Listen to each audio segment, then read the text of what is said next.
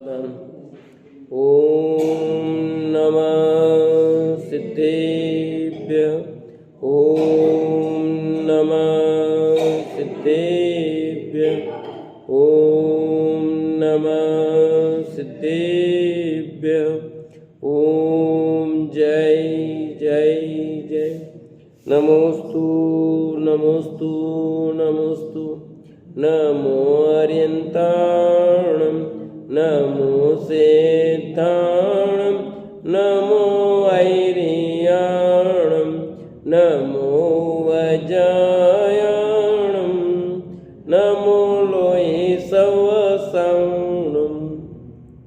मंगलम भगवान वीरो मंगलम गौतमो गणी मंगलम कुंद कुंदार्यो जैन धर्मोस्तु मंगलम।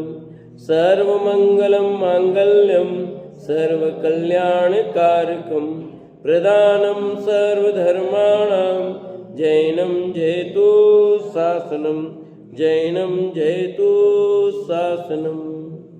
अरिहंत देव वंदे गुरु वंदे नगणनाणव्यरायो धम्मदया में वंदे कमख कारणम शुद्धम। बोली जिनवाणी मात की जय हो। बोली सती मात की जय हो।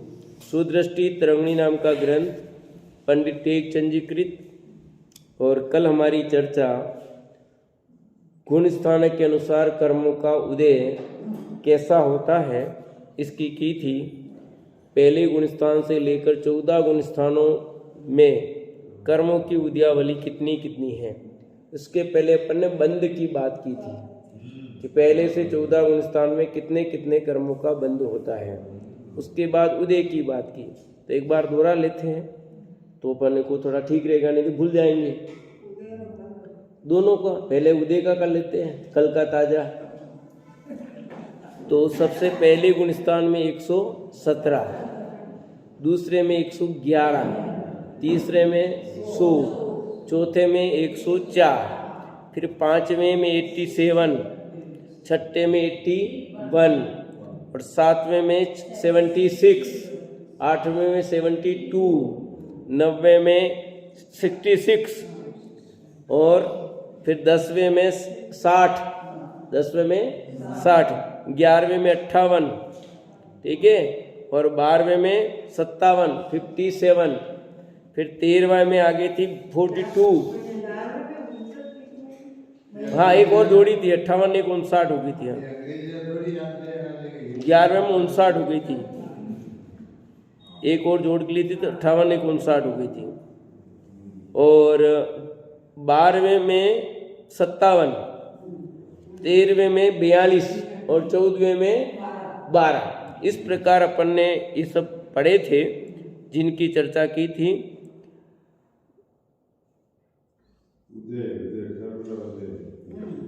तो एक बार अब आपको बोलना है, ये तो मैंने बता दिया आपको। अब आपको मैं गुणस्थान का नाम बोलूंगा, आपको संख्या बतानी। पहले गुणस्थान में, दूसरे गुणस्थान में, तीसरे में, चौथे में, पांचवें में 87 सही है, छठे में 81, सातवें में, आठवें में 72, आठवें में 72, 72। उधर नहीं देखना, उधर देखोगे तो गड़बड़ हो जाएगा, उधर बिना देखे बोलना है। 90 में 66, 66, 66 मतलब 66। हाँ 10वें में 60, 10वें में 60, 11वें में 59, ठीक है, 12वें में 57, 13वें में 42 और 14वें में सिद्ध में एक भी नहीं, ठीक है। इतनी प्रगतियों का उदय होता है। उदय बंद अलग है, तो बंद को भी दोहराते हैं, ठीक है। पीछे और इसके पीछे सबसे पहले गुणस्थान में बंद कितना था? 117, इधर भी 117, उधर भी 117। दूसरे में बंद नहीं, गलत, 111 नहीं है, 101। तीसरे में 85, 85, 74, ठीक है। हाँ, 74 तो चौथे गुणस्थान में थी, 70 थी, तीसरे में 70। हाँ, तीसरे में 70 है। 74 का बंद तीसरे गुणस्थान में है, 74, 74 तीसरे में। हाँ, 74 को लेकर चौथे गुणस्थान में आया ये, ठीक है। इस प्रकार 74 का बंद तीसरे गुणस्थान में है, यहाँ विच्युति नहीं हुई, यही 74 लेकर चौथे गुणस्थान में आया। मिला आपको पेज नंबर? हाँ हाँ, 77 बंद चौथे गुणस्थान में, 77 चौथे गुणस्थान में, 74 तीसरे में, ठीक है। और चौथे में 77 बताया था। फिर पांचवे में कितना बताया था? 68, 67, हाँ 67, हाँ 67, 67। छठे में 63, सातवें में 59, 59, 57 नहीं 59। आठवें में 58, 90 में 22, 10वें में 17, 11, 12, 13 में 1, 1 और 14वें में 1 भी नहीं। ये बंद की बात आई थी, तो रोज दोहराएंगे अपन 5 मिनट को, ताकि याद हो जाए। ये भी चीज अच्छी है। आगे की बात करते, देखिए पेज नंबर 88 पर मिला। तदुपरांत यहाँ शेष 12 लेकर एवं गुणस्थान में गया, हो गया। इसके नीचे वाला पैराग्राफ, तदुपरांत आत्मा अष्टकर्म रहित शुद्ध परमात्मा निरंजन अमूर्तिक इत्यादि गुण प्रकट कर सिद्ध लोक को प्राप्त होता है। ऐसे सिद्ध भगवान को हमारा नमस्कार हो। इस प्रकार उदय का सामान्य स्वरूप का ये कल्पना निपटा। अब सत्ता का स्वरूप संक्षेप में कहते हैं। अब सत्ता कितनी की है? वह सत्ता योग्य प्रकृतियां 148 हैं। अनेक जीव की अपेक्षा जहाँ विशेष उसे पहले कहते हैं। कुल 148 प्रकृतियां है सत्ता। तो पहले सत्ता क्या चीज है वो समझो। अपन ने 2 बात समझी, बंद और उदय। अब तीसरी चीज है सत्ता। सत्ता का मतलब उसका अस्तित्व, अंदर पड़े रहना। बंद मने तो कर्म का बंद हुआ, उदय मने कर्म में आए, उदय आ रहा खिल रहे है। और सत्ता उनकी मौजूदगी। अभी कौन सी सरकार? मोदी की सत्ता है। बीजेपी वहां पे राजस्थान में किसकी सत्ता है? बीजेपी की। तो भजन लाल शर्मा हो गया आज मुख्यमंत्री, है ना। तो अब यह सत्ता किसकी? आपके पास कितने लोगों की सत्ता है? तो 148 प्रगतियों की सत्ता है। उसमें पहले में कितने, दूसरे में ऐसे 1 से 14 गुणस्थान फिर दोहराएंगे। तो पहले गुणस्थान के नाम मत भूलना। 1, 2, 14 जा रहे, पर गुणस्थान के नाम भी याद होने चाहिए। पहला गुणस्थान मिथ्यात्व, दूसरा, तीसरा, चौथा अविरत सम्यक्त, पांचवा, छठा प्रमत्त विरत, सातवा अप्रमत्त, आठवा अपूर्वकरण, नौवा अनिवृत्तिकरण, 10वां सूक्ष्म सांप्राय, 11वां उपशांत मोह, 12वां क्षीण मोह, 13वां संयोग केवली और 14वां अयोग केवली। ये गुणस्थान है। इन गुणस्थानों में उनकी सत्ता क्या क्या रहती है वो चर्चा अपन करते हैं। देखिए, जो जीव सम्यक्त पाकर ऊपर के गुणस्थानों में कभी नहीं गया हो, ऐसे अनादि मिथ्या दृष्टि के आरक चतुष्क यानी आरक शरीर, आरक बंधन, आरक संगात, आरक अंगोपांग, ये 4 हो गए आरक चतुष्क। सम्यक प्रगति, सम्यक मिथ्यात्व और तीर्थंकर, इन 7 बिना 141 की सत्ता है। किनकी? जो अनादि से मिथ्या दृष्टि है, ऐसे जीव के 148 प्रगतियों की सत्ता नहीं है, उसके 141 की ही तो है। ये 7 क्यों नहीं है कि ये यहाँ आएगी नहीं, ऊपर आती है वे तो, उनका अभी कुछ शुरुआत ही नहीं हुई है। तो एक तो आरक चतुष्क की, एक सम्यक प्रगति की, एक सम्यक मिथ्यात्व की और एक तीर्थंकर, इन 7 प्रगतियों की सत्ता अभी शुरू नहीं हुई है, क्योंकि शुरुआत ही नहीं हुआ है, इस संबंधी काम ही शुरू नहीं हुआ है, तो उनकी सत्ता कहां से आ जाएगी। इसलिए 141 प्रगतियों की सत्ता होती है। अब सादी मिथ्या दृष्टि में जिसके मिश्र मोनी की सत्ता हो उसके 142 की सत्ता है। जहां मिश्र मोनी की सत्ता नहीं है पर उसकी जगह सम्यक प्रगति की सत्ता हो तो भी 142 की सत्ता है। 141 तो पहले की और मिश्र मोनी व सम्यक प्रगति इन दो के मिलने पर 143 की सत्ता होती है, जिससे तीर्थंकर की सत्ता हो। मिश्र मोनी की सत्ता नहीं हो उसके भी 143 की सत्ता होती है, जिसके मिश्र मोनी व आरक चतुष्क की सत्ता हो उसके 148 की सत्ता होती है। इस प्रकार सामान्य सत्ता का स्वरूप कहा। ये सब कॉमन बातें कही। अब आगे गुणस्थान वाइज आगे बात करेंगे। एक कॉमन बात बताई कि जो अनादि मिथ्या दृष्टि जीव है उसके तो 141 प्रगतियों की सत्ता होगी। फिर जो सादी मिथ्या दृष्टि है, एक बार सम्यक तो हुआ फिर छूट गया, ऐसा जो जीव है जिसके मिश्र मोनी के सम्यक मिथ्यात्व प्रगति का उदय, तीसरा गुणस्थान सम्यक मिथ्यात्व प्रगति का उदय है, उसके 142 हो जाएगी और मिश्र मोनी व सम्यक प्रगति इन दो को मिला देंगे तो 143 का हो जाएगा। और जिसके तीर्थंकर की भी सत्ता हो और मिश्र मोनी की सत्ता नहीं हो तो 143 ही रहेगा। अब जिसके मिश्र मोनी व आरक चतुष्क भी आगे ऊपर वाले तो उसके 148 पूरी हो जाएगी। इस प्रकार सामान्य सत्ता का स्वरूप का विशेष भाग यहाँ ग्रंथ बनने के भय से तथा बालबोध ग्रंथ होने के कारण कठिन होने के भय से नहीं लिखते हैं। है तो बहुत कुछ विस्तार, पर हमने ग्रंथ का नाम क्या रखा है? बालबोध। सामान्य बुद्धि वाले जीवों के लिए ये भी ग्रंथ लिख रहे हैं, हाई बुद्धि वालों के लिए नहीं। वो लिखेंगे तो फिर पढ़ना बंद कर देंगे, कठिन हो जाएगा ग्रंथ, लोग स्वाध्याय में आने बंद हो जाएंगे, तो कठिन कठिन बात चलती है।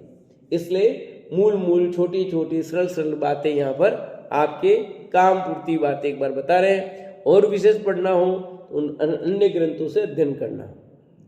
इनका विशेष श्री गोमटसार कर्मकांड महाधिकार के विशेष सत्ता अधिकार से जानना। इस प्रकार सत्ता योग्य प्रगतियां अनेक जीवों की अपेक्षा 148 है। अनेक जीव है, एक जीव की अपेक्षा नहीं, सब जीवों की अपेक्षा 148 प्रगतियों की सत्ता होती है, ये बात कही। वहां प्रथम गुणस्थान में 148 की सत्ता है। आरक द्वित तीर्थंकर इन तीन बिना सासादन में 145 की सत्ता है। अब ये समस्त जीवों की अपेक्षा कथन है, एक जीव की अपेक्षा नहीं, ये ध्यान रखना। तो पहले गुणस्थान में 148 की सत्ता, अनादि मिथ्या दृष्टि की पहले कह दी 141, वो सब खुलासा करके आए हैं। अब वो अनादि सादी मिथ्या दृष्टि सब मिला करके बात कर रहे हैं। पहले गुणस्थान में 148 प्रगतियों की सत्ता होती है, सबके नहीं, समझ जीवों की अपेक्षा का नहीं है। फिर दूसरा गुणस्थान है सासादन। तो सासादन में आहारक द्विक नहीं होगी, तीर्थंकर इन तीन बिना सासादन में 145 की सत्ता है। कौन कौन सी दो नहीं होगी? एक तो आहारक नहीं होगी और आरक अंगोपांग नहीं होगी, ये दो नहीं होगी। आरक द्विक का मतलब है आरक और आरक अंगोपांग, ये दो नहीं होती। तीर्थंकर की प्रगति, ये तीन प्रगतियां दूसरे गुणस्थान में सत्ता में नहीं होती, क्योंकि भी आया नहीं नंबर। सासादन में 145 की सत्ता है। इन तीन प्रगतियों की जिसके सत्ता उसके दूसरा गुणस्थान नहीं होता कभी भी। क्या कहा? अब तीर्थंकर प्रगति का हो गया उसके, तो वो गिरेगा ही नहीं। वो गिरेगा ही नहीं, समझते। आरक दिक भी है तो गिरेगा नहीं, इसलिए उसके सासाधन गुणस्थान होगा ही नहीं। तीसरे मिश्र गुणस्थान में आरक मिल जाने से 147 की सत्ता रही है, या तीसरे गुणस्थान में आ सकता है वो आरक दिक वाला, ठीक है। इसलिए उसके 147 होगी, वहां तो 145 थी, यहां 2 बढ़ गई। सत्ता की बात चल रही है, अंदर मौजूद रहेगी वो।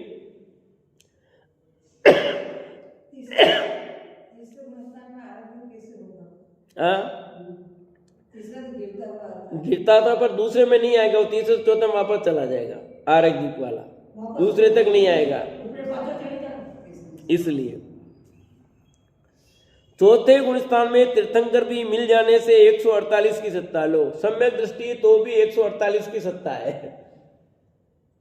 मिथ्या दृष्टि के भी सत्ता 148 की, और चौथे गुणस्थान में भी 148 की सत्ता। देखो, चौथे गुणस्थान में नरकायु की विच्युति करके 5वें गुणस्थान में आया। तात्पर्य यह कि जिसके नरकायु की सत्ता हो उसके पंचम गुणस्थान नहीं होता, इसलिए 5वें में 147 की सत्ता है। जिसके त्रिंचायु की सत्ता होती है उसको महाव्रत नहीं होता था, त्रिंचायु की विच्युति 5वें में हो जाती है। 6वें में 146 की सत्ता है, यहाँ विच्युति नहीं है। आगे जो जीव उपसम श्रेणी चढ़ेंगे उनके 11वें गुणस्थान तक 146 की सत्ता होती है, इससे आगे उनका गमन नहीं है। लो, वो सस्ता हो गया काम, याद करना। पहले में 148, ठीक है, दूसरे में कितनी आई 145, तीसरे में 147, चौथे में 148, 5वें में एक कम हुई नरकायु 147, 6ठे में 146, क्यों कि वहां त्रिंचायु की विच्युति हो गई। 5वें में 5वें गुणस्थान वाले जीव के त्रिंचायु का बंद हो गया हो तो वो फिर 6ठे में नहीं जाएगा। क्या लिखा, जिसके त्रिंचायु की सत्ता होती है उसके महाव्रत नहीं होगा। यूं जिसकी त्रिंचायु की सत्ता है भी मौजूद,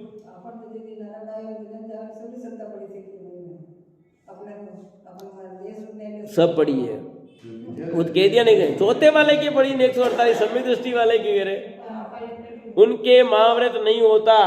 146, 6वें में 146, 7वें में भी 146, 8वें में भी 146 लिखा ना। आगे जो जीव उपसम श्रेणी चढ़ेंगे उनके 11वें गुणस्थान तक 146 होगी, यानी उपसम श्रेणी वाले के 7वें, 8वें, 9वें, 10वें, 11वें सब में 146 होगी। इससे आगे इनका गमन नहीं है, बस वापस उतरेंगे। चाहे वो छायिक सम्यक दृष्टि हो, चाहे वो उपसम सम्यक्त वाला हो। छायिक श्रेणी चढ़ने वाला जीव 7वें अप्रमत गुणस्थान में अनंतानुबंधी की 4, दर्शन मुनि की 3, देवायु इन 8 की विच्युति करता है।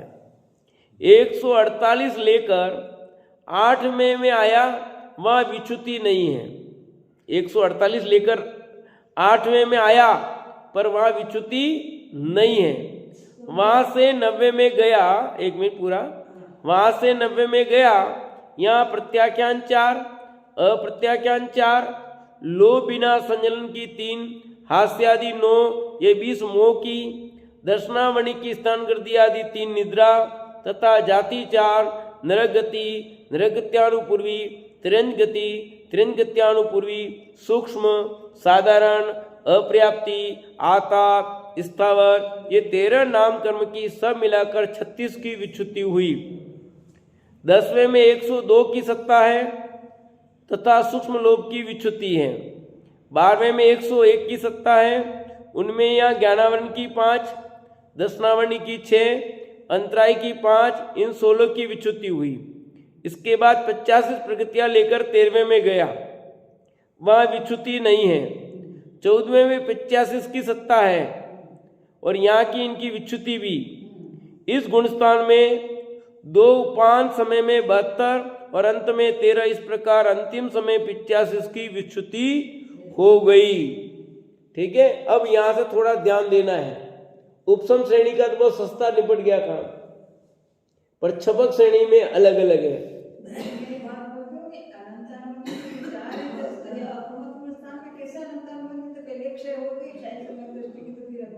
ये खत्म हुई ना अब यहाँ पे, यूं सत्ता तो खत्म हुई, पर यहाँ कह रहे हैं ना, छायक श्रेणी चढ़ने वाला जी सातवें अप्रमत्त गुण स्थान में अनंतानुबंधी की 4। यहाँ भी तो है कि नहीं? यहाँ भी तो नहीं है।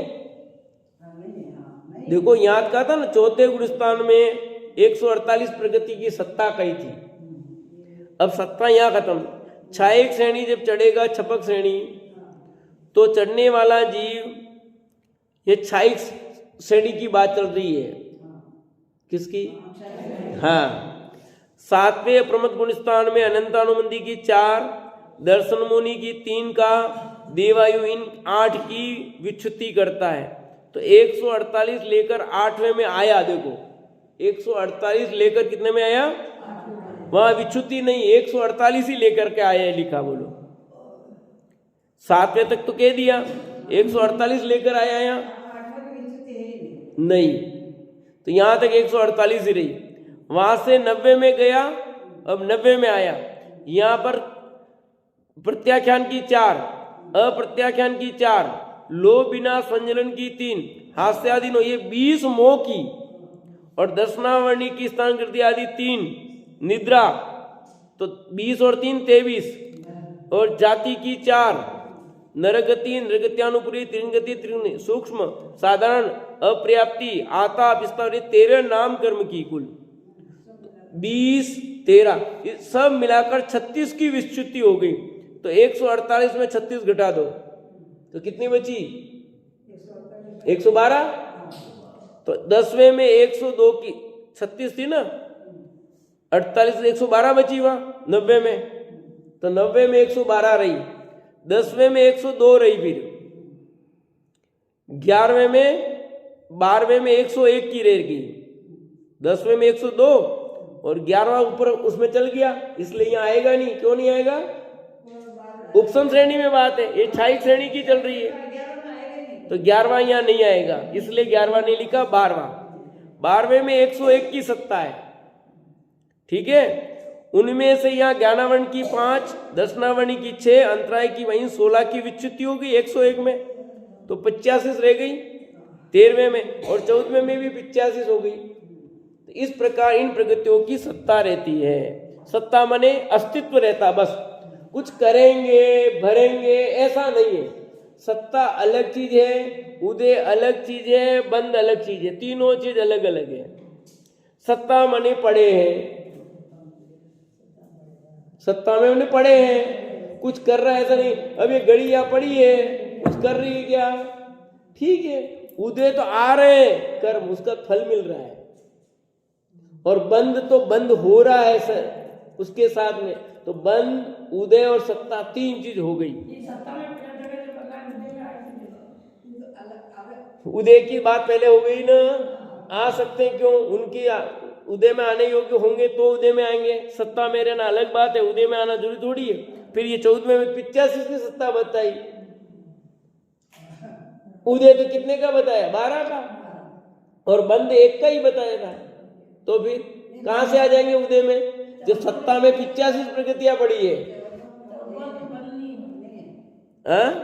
14वें में तो बंद है ही नहीं, पर 13वें में 85 बताई ना सत्ता। तो सत्ता से क्या होता है?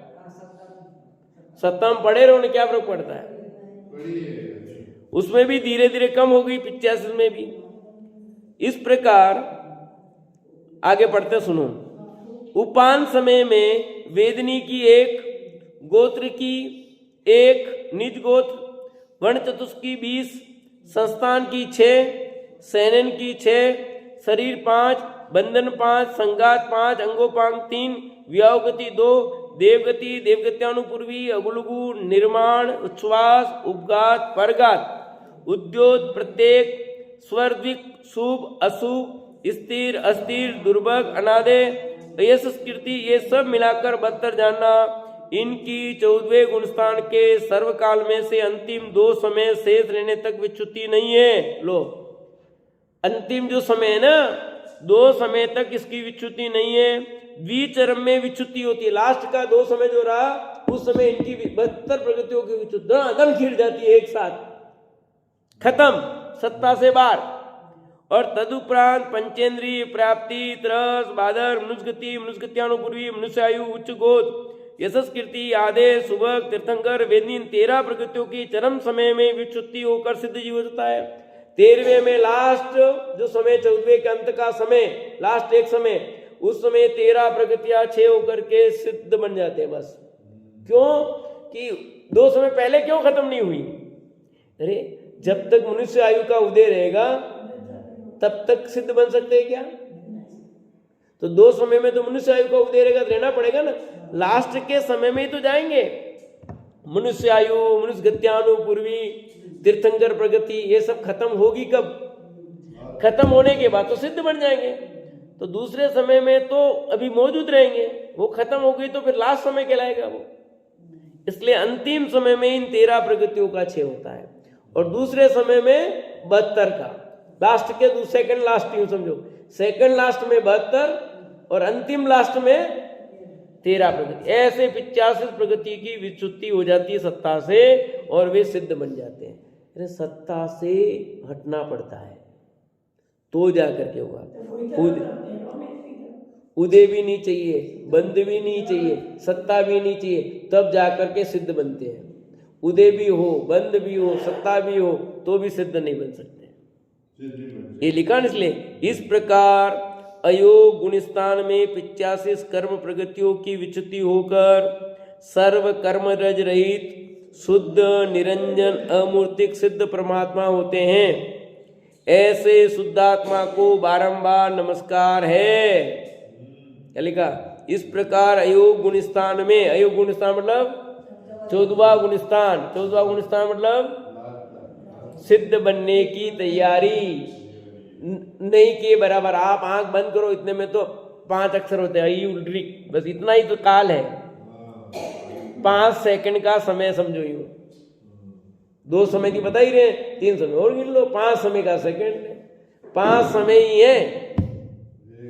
अक्षर बताए वहां पर, सेकंड नहीं लिखा वहां पर, अपने थोड़ा समझने के लिए 5 सेकंड समझो। 14वें गुणस्थान का काल तो आप आंख बंद करो, खुलो, इतने में तरन से सिद्ध हो जाएंगे। देखते देखते सिद्ध हो गए, पता ही लगा कब सिद्ध हुए।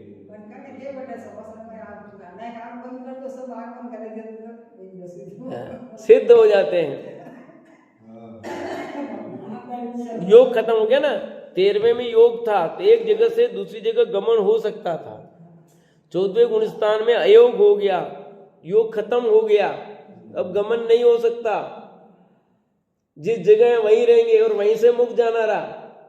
जबकि 13वें में जरूरी नहीं कि वहीं उस जिस स्थान पर है उसी जगह से मुक्त जाए। 13वें में गमन करने की स्थिति है, 14वें में नहीं है। तो वहां तब भी नहीं हुआ, वो उस अपेक्षा नहीं हुआ, फिर भी वहीं रहेंगे वो, तब भी योग चालू है। अभी 14वें में ही अयोग बंद होगा। सर्व कर्म प्रगति, सर्व कर्म रज रहित, यानी सभी जितनी कर्म रज हैं, कर्माण वर्गणा के जितनी भी है स्थिति, वो सब पुद्गल, रज क्यों कहा? पुद्गल परमाणु। तो कर्म रज है, कर्म की रेत मिट्टी है, वो सब उससे रहित शुद्ध निरंजन अमूर्तिक सिद्ध परमात्मा होते हैं। सिद्ध परमात्मा के रंच मात्र भी कर्म नहीं होता, प्योर शुद्ध। मार्केट में मिलने वाला जो सोना है वो भी प्योर शुद्ध नहीं होता। जो 99-100% 24 कैरेट कहते हैं ना, वो भी प्योर नहीं है। 99.399 ऐसा ही कुछ। हाँ जी, 999 तो 100 होता ही नहीं, जबकि ये 100 है प्योर। यूं मतलब 1% भी, 1% नहीं, 1 का बहुत 1000वां भाग भी है शुद्धता। पर यहाँ कहते हैं कि 1 का अनंतवां भाग भी शुद्धता नहीं है। 1000वां भाग तो छोड़ो, वहां तो 1 का 1000वां भाग शुद्धता मानी, जो मार्केट का शुद्ध सोना माना जा रहा है उसमें भी 1 का 1000वां भाग शुद्धता तो रहेगी, ऐसा मानते हो। जबकि यहाँ स्पष्ट है 1 का अनंतवां भाग भी शुद्धता नहीं है, प्योर, बिल्कुल प्योर, प्योर 100% यहाँ। इसलिए पैसा तो 100 का लेते हैं सब, भले वो 99 को पैसा 100 का गिनेंगे, इतने का इतना 99 पर 50 है, फिर 100 बनाएंगे और 100 का पैसा लेंगे। सब हिसाब किताब अलग ही है इनमें, वो तो यूज निकलेगा, ये तो तेल किलो में निकलेगा। शुद्ध निरंजन अमूर्तिक सिद्ध परमात्मा होते हैं। सिद्ध भगवान है, वे शुद्ध है, निरंजन है, अमूर्तिक है, इसीलिए सिद्ध है वो। अब सिद्ध हो गए। हम क्या संस्कृत पढ़ते थे तो हमारे वहां धातु रूप बनाने पड़ते थे। जैसे भवती शब्द कैसे बना के भू धातु, तिप प्रत्यय, फिर उसमें ये सब बना करके अंत में भवती ति सिद्धम ऐसे लिखते थे। राम शब्द कैसे बना, राम शब्द सुप धातु है, सुप प्रत्यय, फिर राम कैसे बनेगा, फिर रामो कैसे बना, रामम कैसे बना, रामस्य के सब फिर लिखते इति रामस्य सिद्धम, ये सिद्ध हो गया नहीं, वो काम पूरा हो गया। ऐसे इस संसार का सब काम पूरा हो करके अब सिद्ध हो गए, अब कुछ बाकी नहीं रहा, कुछ करना बाकी नहीं रहा, इसलिए इनका नाम रखा सिद्ध। सिद्ध हो गए, अब कुछ नहीं रहा, इति सिद्धम। रूप अंतिम रूप जो बना ना, भवती अंतिम रूप बना, ऐसे यहाँ अंतिम रूप ये हो गया। यहाँ पर सिद्ध की जो बात कही गई है कि सिद्ध भगवान कैसे होते हैं, कर्मरत रहित हैं, शुद्ध हैं, निरंजन हैं, अमूर्तिक हैं, ऐसे सिद्ध परमात्मा होते हैं। ऐसे शुद्ध आत्मा को हम बारंबार नमस्कार करते हैं। तो यानी उनके कर्म का उदय नहीं रहा, बंध भी नहीं रहा और सत्ता भी नहीं रही। इस प्रकार यह पुद्गल द्रव्य संसारी जीवों के राग देश परिणाम द्वारा ज्ञानावर्णादि अष्टकर्म रूप होकर जीवों के बंध उदय सत्ता रूप होकर नर नारकादि अनेक गतियों में भ्रमण कराता रहता है। क्या कहा? इस प्रकार यह पुद्गल द्रव्य देखो, पुद्गल द्रव्य मतलब कर्म की बात है। संसारी जीवों के राग देश परिणाम द्वारा कर्म विचारे कौन? भूल मेरी अधिकाई। तो भूल कौन सी? कि संसारी जीवों के राग देश परिणाम। परिणाम किसके हैं? अपने ही हैं, अपने ही राग देश परिणाम है। द्वारा ज्ञानावर्णादि अष्टकर्म रूप होकर कौन? ये जो पुद्गल परमाणु है, वे पुद्गल परमाणु यानी पुद्गल द्रव्य जब जीव ये राग देश परिणाम करता है तो अष्टकर्म रूप परिणमित होते हैं। किस रूप परिणमित हुए? ज्ञानावर्णादि अष्टकर्म रूप परिणमित होकर जीवों का बंध करते हैं, उदय में होते हैं, सत्ता में होते हैं, जिससे नर नारकादि अनेक गतियों में ये जीव परिभ्रमण करता रहता है। सुमन दीदी, कौन परिभ्रमण करता रहता है? मैं किससे? कर्म घुमा रहे, कर्म घुमा रहे कि नहीं घुमा रहे? क्यों नहीं घुमा रहे? कर्म बड़े बलवान जगत में फेरत है, आता ना कि कर्म बड़े बलवान जगत में फिर घुमा रहे। तो दूसरी लाइन और दो भी है, उसको भी याद करो। कर्म बिचारे कौन? भूल मेरी अधिकाई। कर्म बिचारे कौन है? भूल तो मेरी है ना। यहाँ स्विच में प्लग में मैं उंगली डालूं, करंट आया, उस प्लग का दोष है कि मेरा दोष है? दोष किसका है? अपना। अरे इसका दोष, वो छोटे बच्चे होते ना, गिर जाते, देखो चिट्टी मारती, उनको बड़ा ऐसी वाली बात हो जाएगी। तो फिर हाँ, वो इसने तेरे को मारा, चल इसको मारते हैं। वो छोटे बच्चों को खुश करने के लिए अपन उल्टा करते ना, गिरा ये लगाए, अपने कुछ से लगाए, पर जानबूझ के पत्थर को लकड़ी को यूं करते हैं। गलती तेरी है, कर्म का कहीं दोष नहीं है। ये स्पष्ट शब्द आया, संसारी जीवों के राग देश परिणाम द्वारा। क्या लिखा? संसारी जीवों के राग देश परिणाम द्वारा, यानी अपने ही राग देश के परिणाम हैं। वो राग देश के परिणाम ही हमारे ज्ञानावर्ण आदि कर्म के बंध के कारण है। यानी मेरा ही अपराध है, कर्मों का कोई अपराध कहीं करा, कहीं करनी, मैंने ही कुछ किया था, आते ही नहीं। मैंने को जिसने भी कहा तो भाई समझे कैसे हुआ है? सच्चाई यही था कि मेरे कर्म का उदय आया तो ऐसा हुआ, बिना कर्म के उदय में आए कुछ भी नहीं होता। कोई न कोई अपराध किया था, कब किया था पता नहीं, वो आया है उदय में भैया। पर अपन सामान्य लोग में कहेंगे ऐसा हो गया, वो एक बहाना है, निमित्त है। पर सच्चाई तो क्या है? सच्चाई तो यही है कि तेरे ही परिणाम। अब कब कौन सा कर्म बांधा और कब उदय में आएगा कोई पता। इसलिए अब देखो हमारे मोहन जी का भी हो गया ना, क्या करें, अब कब बांधा होगा, कब उदय में है। ये बात उस समय नहीं कहने की है भैया, भी जिनवाणी अपन वो चिंतन खुद करे। आप बैठने जाओ तो ऐसी बातें मत करना वहां जाके भाई किसी को, ठीक है ना। ये तो अपने मेरे को हुआ तो मैं सोचूं, मेरे सोचने के लिए मेरे तकलीफ हुई थी ना, तो मेरे सोचने मेरा ही अपराध है। बाकी वागे तो तुमने किया होगा इसलिए तुम्हारे ऐसे उदय आया, ऐसा नहीं, ऐसी बातें नहीं भैया। ये तो पक्का है, कर्म उदय में आया है तो ही कुछ हुआ है, बंधन कुछ किया होगा तभी हुआ है, उसके बिगड़ नहीं हुआ। ये पक्का 100% बात सत्य है।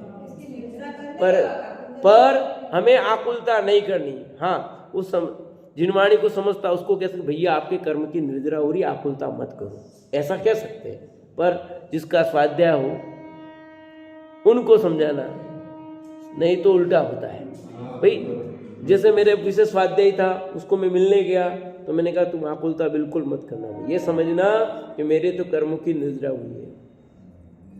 तो जब मेरे लगा तो उसने भी मुझे इसी तरह संबोधन किया कि देखो आपने मुझे कहा था ना ऐसी बात, इसलिए आप भी यही विचार करना, कि आप भी यही विचार करना। बिल्कुल मैं कहा सही बात कह रहे भैया। क्यों? कि सचमुच कर्म की निर्जरा हुई है। जो बांधे थे कर्म उदय में आए ना, निर्जरित हो रहे। अब धीरे धीरे धीरे धीरे जब निर्जरित हो जाएंगे पूरे, तब ठीक हो जाएंगे। और नहीं होंगे जब तक इसकी चल रहेगी सत्ता उदय, तब तक नहीं होंगे, चलता रहेगा। हो सकता है जीवन पर्यंत चले उसका उदय, ऐसा भी होता है। कौन सा कर्म की उदय कब से शुरू होता, कब खीरे को पता नहीं पूरा। इसलिए किसी पर भी आरोप प्रत्यारोप लगाने की जरूरत नहीं है। अपनी भूल पर विचार करना भैया, वो तो ऐसा ही है। अपनी भूल पर विचार करना, संतोष धारण करना, अनंत शांति रखना भैया। इस प्रकार यह पुद्गल द्रव्य संसारी जीवों के राग देश परिणाम द्वारा ज्ञानावरणादि अष्ट कर्म रूप होकर, जीवों के बंध उदय सत्ता रूप होकर न नारकादि अनेक गतियों में प्रवृत्त कराता रहता है। इस प्रकार श्री सुदृष्टि तरंगिणी नामक ग्रंथ में अजीत तत्व रूप पौद्गलिक द्रव्य कर्म के बंध उदय सत्ता रूप परिणमन शक्ति सहित कर्म कथन नामक 5वां पर्व पूर्ण हुआ। ऐसे ही 5वां पर्व पूर्ण हुआ। तो एक बार दोहरा लो, सत्ता कितने कितने की रही, फिर अपन आगे चलते हैं। नहीं ऐसे चलेगा, सरल है, बहुत सरल है। पहले गुणस्थान में 148 की सत्ता, दूसरे में बोलो 145, तीसरे में 147, चौथे में 148, पांचवें में कम कर दो 147, छठे में 146, सातवें में 146, आठवें में 146, नवे में 146, 10वें में 146, 11वें में 146। ये होगी उपसम श्रेणी, निपट गई आपकी। ठीक है, अब छपक श्रेणी में आ जाओ वापस। तो यहां 7 तक तो निपटा ही दिया है। 8वें की बात आई तो 148 लेकर 8वें में आया, कहां से? हाँ, 148 यहां पूरा आ गया। फिर 90 में आ गया, 90 में गया तो 90 में कम हो गई, 36 कम हो गई, 148 112, 10वें में 102, ठीक है, 101, 12वें में 101 की, 10वें में 102 की सत्ता, ठीक है, 11वां रहेगा ही नहीं। 12वें में 101 की सत्ता रह गई, फिर 13वें में 85 और 14वें में 85। कठिन नहीं है और सरल है पहले वाले से, थोड़ा सा देखना याद हो जाएगा। शेष चर्चा अपन आगे करेंगे।